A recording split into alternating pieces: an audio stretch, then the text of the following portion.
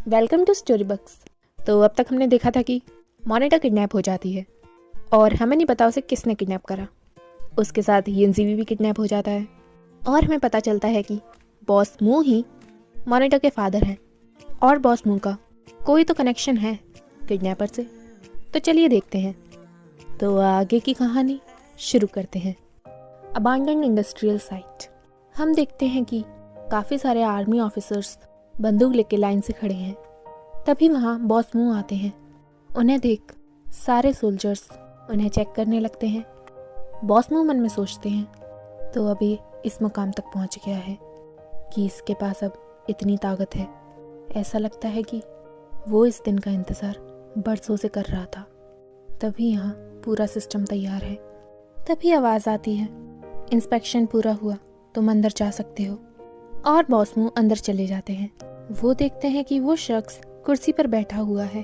वो शख्स बोलता है, बड़े दिन बाद मिले दोस्त। बॉस मू बोलते हैं, मेरी बेटी कहाँ है? और वो उस शख्स का कॉलर पकड़ लेते हैं और बोलते हैं, अगर तुमने उसके बाल तक को छुआ ना तो मैं तुम्हें जिंदा नहीं छोड़ूंगा। वो शख्स हंसते हुए बोलता है, अरे इतनी जल्दी क्या है? क्या तुम मुझे बधाई नहीं दोगे जो मैं तुम्हारी बरसों पुरानी चाल से जिंदा जो लौट आया? बॉस मू बोलते हैं, इस मामले से मेरी बेटी का कोई ताल्लुक नहीं है। और उनकी आंखों से आंसू निकलने लगते हैं। वो एक आम लड़की है, बस 19 साल की है। वो पहले भी इन सब से गुजर चुकी है। मैं नहीं चाहता कि फिर से वो ये सब देखे।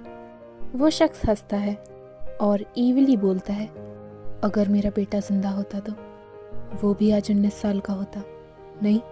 और वो अपने दांत पीस कर बोलता है, वो तब 4 साल का भी नहीं था जब उसे जिंदा जला दिया गया था। और मेरे 13 भाई। और हमें स्टोरी दिखाते हैं। वो शख्स बोलता है, 14 साल पहले मैं अपने भाइयों के संग एक असैसिनेशन मिशन पे गया था। वो भी किसकी गुजारिश से? एम्परर शियान, डुओलन और तुम्हारी। वो बॉस मू की ओर इशारा कर रहे होते हैं। जब मिशन खत्म हो गया तो वो ट्रेन जो हमें चाइना वापस ले जा रही थी, तुमने उधर जहरीली गैस छोड़ दी ताकि मैं और मेरे भाई मारे जा सकें। सब मर गए, सब सिवाय मेरे। HG 36005। वो ट्रेन का नंबर मेरी रूह से जुड़ गया है। वो ट्रेन मेरे भाई खा गई। और वो बॉस मू की गर्दन पकड़ लेते हैं। तुम जैसे रॉयल लोग, तुम लोगों को सब खेल लगता है। तुम लोगों ने वो दर्द कभी नहीं झेला ना, जब इंसान सांस लेने को तड़पता है। बॉस मुख हंसते हैं और बोलते हैं, मैंने कोई खून नहीं करा है। इस केस के बारे में मैं अभी भी छानबीन कर रहा हूँ। वो शख्स चिल्लाता है, झूठे, हम सबको आतंकवादी करार दिया। आखिर एम्परर शुरू से यही करना चाहते थे ना? और तुम तो एम्परर के चीफ एडवाइजर थे। हो ना हो ये कहानी तुमने ही रचाई है। मेरा बेटा और मेरा परिवार, उनको भी तुम लोगों ने जला दिया। मैंने उनसे कहा था कि मैं उन्हें बचाऊंगा, पर जब तक मैं पहुंचा सब खत्म हो गया था, सब। तो और वो स्माइल करके बोलता है, तुम्हारी बेटी और एम्परर का बेटा, सबको मरना होगा। अब उनके पास ज़्यादा समय नहीं बचा। वो बस चंद दिनों के मेहमान हैं। बॉस मू, तुम्हारा मतलब क्या है? वो शख्स बोलता है, उस कमीने का बेटा, क्या नाम था उसका? दुनान। वो हमेशा से ही तुम्हारी बेटी के संग शादी करना चाहता था, तो वो हर कोशिश करेगा उसे बचाने के लिए। जब उसे तुम्हारी बेटी की नकली कब्र मिलेगी और वो उसे खोलेगा, टाइमर अपने आप ही चालू हो जाएगा और फिर चिक चिक चिक चिक चिक चिक बूम, सब खत्म हो जाएगा। इंटरेस्टिंग है ना? और वो हंसने लगता है और सीन चेंज होता है। एक एरिया में सारे रॉयल गार्ड्स इकट्ठा हो रखे थे। वो सब अपनी पोजीशन में थे। तभी ली चॉन्सिंग प्रिंस के आगे आता है और उसे रोकते हुए बोलता है, जनरल ने कहा था HG 36005 ट्रेन इसी वेयर हाउस में मिलेगी। मॉनिटर अंदर ही होगी, पर ऐसा क्यों लग रहा है कि यहाँ कोई नहीं है। तभी गार्ड्स किसी बॉक्स पर मार के बोलते हैं, इसमें से आवाज़ आ रही है। ली चांसिंग और प्रिंस एक दूसरे को देखते हैं और वो दोनों ही सोचते हैं, क्या इसके अंदर कोई है? आखिर ये सब इस कगार तक कैसे आ सकता है? वो रॉयल गार्ड उस बॉक्स को खोलने की कोशिश करता है। जैसे ही वो बॉक्स खोल रहा होता है, ली चांसिंग बोलता है, रुको। प्रिंस, क्या हुआ? ली चांसिंग बोलता है, यहाँ कुछ तो गलत है, इसे सीधे ही मत खोलो। और वो मन में सोचता है, जब मैं छोटा था मेरे डैड ने मुझे सिखाया था कि। और हमें फ्लैशबैक दिखाते हैं। छोटा ली चांसिंग काउंटिंग कर रहा होता है, 10, 9, 8। तभी बाहर से आवाज़ आती है, डैड छुप गए हैं। और ली चांसिंग अपने डैड को ढूंढने लगता है। डैड, आप कहाँ हो? डैड, सोफे के नीचे हो या सोफे के पीछे हो? बेड के नीचे तो नहीं? डैड, मैंने आपको पहले ही ढूंढ लिया। तो ऐसे छुपे मत रहो, बाहर आ जाओ। और वो देखता है कि बगल में एक बॉक्स रखा हुआ है। ली चांसिंग उस बॉक्स के पास जाता है, क्या आप इधर हो? और वो जैसे ही उस बॉक्स को खोल रहा होता है, उसके डैड उसका हाथ पकड़ लेते हैं। बाबू, इस बॉक्स को नहीं खोला जाता। ली चांसिंग, डैड, पर क्यों? और उसके डैड उसे डराते हुए बोलते हैं, क्योंकि डैड की जॉब रॉयल लोगों को बचाना है, इसीलिए मैंने इस बॉक्स में कई सारे मॉन्स्टर्स रख रखे हैं। बहुत बड़े डीमंस, बहुत डरावने, जिनके बड़े बड़े नाखून हैं। अगर तुमने इसे खोला तो वू सब बाहर आ जाएंगे और तुम्हें खा जाएंगे। ली चांसिंग डर जाता है और उसकी आंखों से आंसू निकलने लगते हैं। वो रोते हुए अपने डैड से चिपक जाता है। डैड, क्या इसमें सही में मॉन्स्टर्स और डीमंस हैं? उसके डैड हंसते हैं और बोलते हैं, नहीं बेटा, मैं तो मजाक कर रहा था, पर उसमें हथियार और बॉम्ब है। और वो ली चांसिंग के फोरहेड को किस करते हैं। इसका मतलब है कि तुम्हें इस बॉक्स को नहीं खोलना, ठीक है?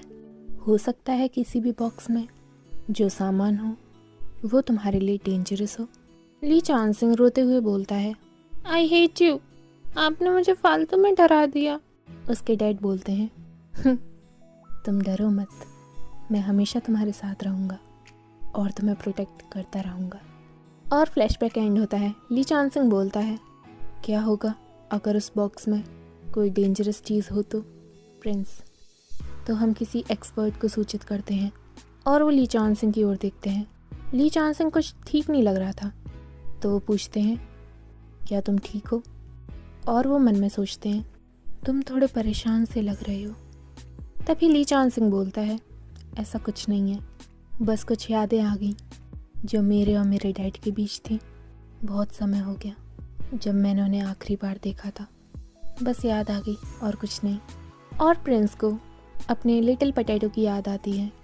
उनका लिटिल पोटैटो भी उनसे कहता रहता था कि वो अपने ग्रैंड पेरेंट्स के संग ही बड़ा हुआ है। उसे ये भी नहीं याद था कि कितना अरसा हो गया अपने पेरेंट्स को ना देखे हुए। और वो बोलते हैं, तुम कहीं? तभी ली चांसिंग बोलता है, मैं पागल हो गया हूँ। और वो अपने सर पर हाथ मारता है, ये कोई समय इस बारे में सोचने का, इडियट। और प्रिंस ली चांसिंग का हाथ पकड़ लेते हैं और मन में सोचते हैं, क्यों तुमने ऐसी चीज़ें कहीं जो हमसे लिटिल पोटैटो ने कही थी? आखिर तुम हो कौन, ली चांसिंग?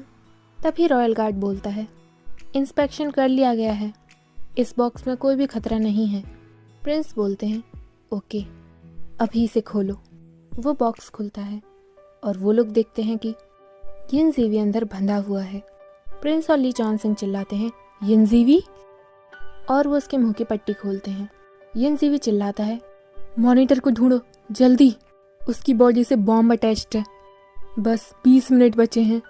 और हमें बॉम्ब की टिक टिक सुनाई देती है, चिक चिक चिक चिक चिक चिक। अबांडन्ड वेयर हाउस। पुलिस वगैरह सब लोग आ जाते हैं और उस पूरे एरिया को कवर कर लेते हैं। लॉकडाउन दिस एरिया, देखो कि कोई खतरा ना हो। और रॉयल हाइनेस अंदर हैं, उनका ध्यान रखना, उन्हें कुछ हो ना। Yes sir. सोल्जर बोलता है, इस बॉक्स में कोई एक्सप्लोजिव डिवाइस है हम इसे सीधा नहीं खोल सकते, पर मीटर के मुताबिक इसमें कोई जिंदा इंसान है। वो लड़की ज़रूर अंदर होगी। यिनज़ीवी बॉक्स से चिपक जाता है। मॉनिटर, मॉनिटर, तुम कैसी हो? आखिर मैंने तुम्हें ढूंढ ही लिया। चिंता मत करो, तुम जल्दी ही बाहर निकलोगी। हम सब तुम्हें बचाएंगे। वही मॉनिटर अंदर सोचती है, ये तो यिनज़ीवी की आवाज़ है। थैंक गॉड, वो बच गया। और वो रोने लगती है। पापा नहीं आए। रॉयल गार्ड बोलता है, 10 मिनट से भी कम वक्त बचा है। हमें जल्दी पासवर्ड ढूंढना होगा, नहीं तो एक्सप्लोजन हो जाएगा।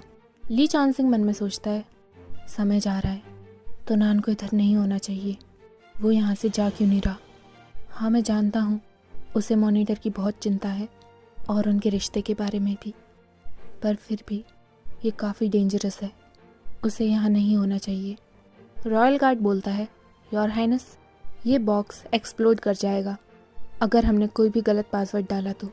लेकिन अगर बॉक्स नहीं खोला गया तो बॉम्ब ऑन टाइम शुइज़ू की बॉडी पर एक्सप्लोड कर जाएगा। प्रिंस बोलते हैं, क्या कोई सुराग मिला? पासवर्ड प्रोसेसिंग कैसी चल रही है? रॉयल गार्ड जवाब देता है, हमने पासवर्ड सॉल्व कर लिया है। सही पासवर्ड होगा 1123, लेकिन अब भी बस 85% चांसेस हैं कि ये पासवर्ड सही होगा।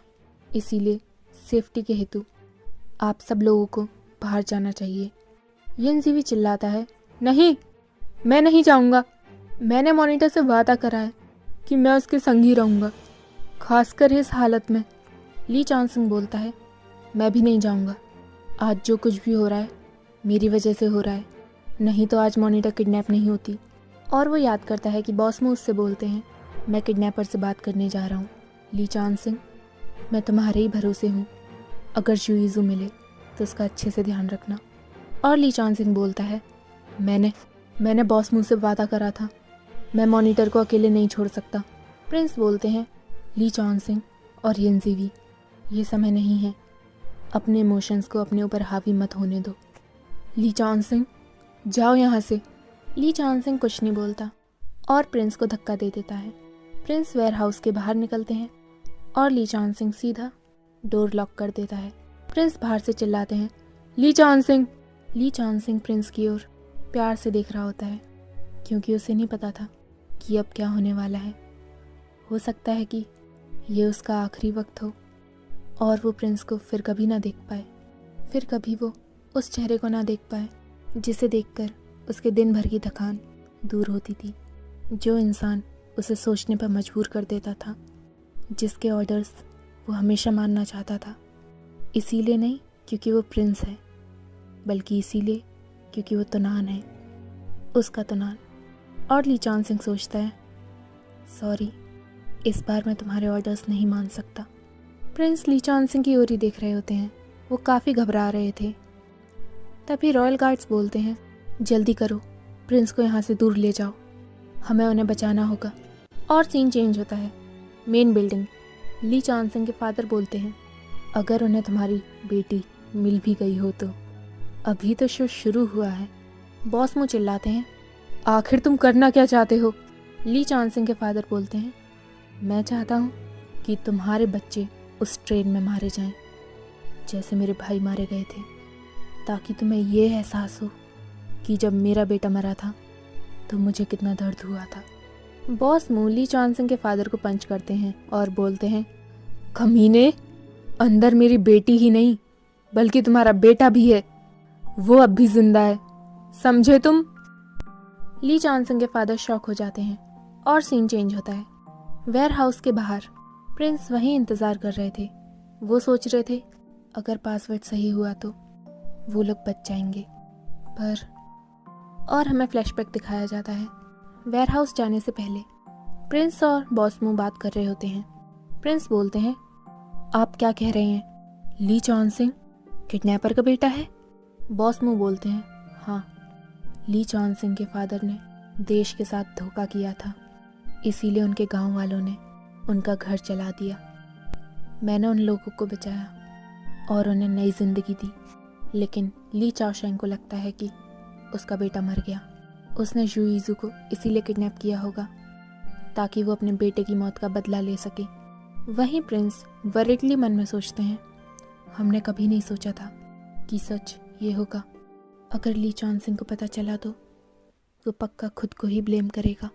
उसे अब भी लग रहा है कि गलती उसकी है, लेकिन अगर उसे ये पता चला तो वो शायद ये बात कभी ना भूल पाए।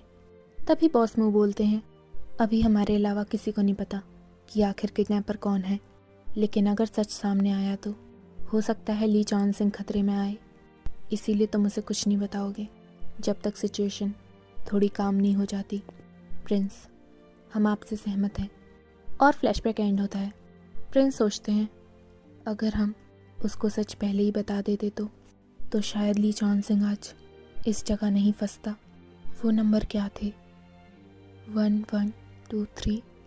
एक मिनट, ली चॉन सिंह का बर्थडे, उसका बर्थडे आता है 1103। क्या होगा अगर पासवर्ड 1103 हुआ तो, और 1123 गलत पासवर्ड हो तो? और वो कॉल करने की कोशिश करते हैं। जल्दी उठाओ, फ़ोन उठाओ हमारा, ली चॉन सिंह फ़ोन उठाओ। रॉयल गार्ड बोलता है, चिंता मत करो, जैसा मैं कह रहा हूँ बस वही करना। ली चॉन सिंह, ओके। और वो पासवर्ड डाल देता है और सीन चेंज होता है। प्रिंस भाग रहे होते हैं। गार्ड्स कह रहे थे, your highness, your royal highness, आप ऐसे नहीं कर सकते। पर प्रिंस किसी की नहीं सुनते और वो वेयरहाउस की तरफ भाग रहे होते हैं। भागते भागते उन्हें ली चॉन सिंह के साथ वो हर पल याद आता है जो उन्होंने कभी उसके संग जिया था। ली चॉन सिंह, अपना फ़ोन उठाओ। पर फ़ोन से केवल एक ही आवाज़ आती, the number you have dialled is currently out of reach. और पासवर्ड डल जाता है। प्रिंस भागते हुए आते हैं और चिल्लाते हैं, ली चॉन सिंह। और जैसे ही वो देखते हैं, ली चॉन सिंह वहीं खड़ा हुआ है और पीछे बॉम्ब एक्सप्लोड हो गया है। क्या हमने देरी कर दी? और इसी के साथ हमारा चैप्टर एंड होता है। आगे जानने के लिए देखते रहिए स्टोरी बक्स।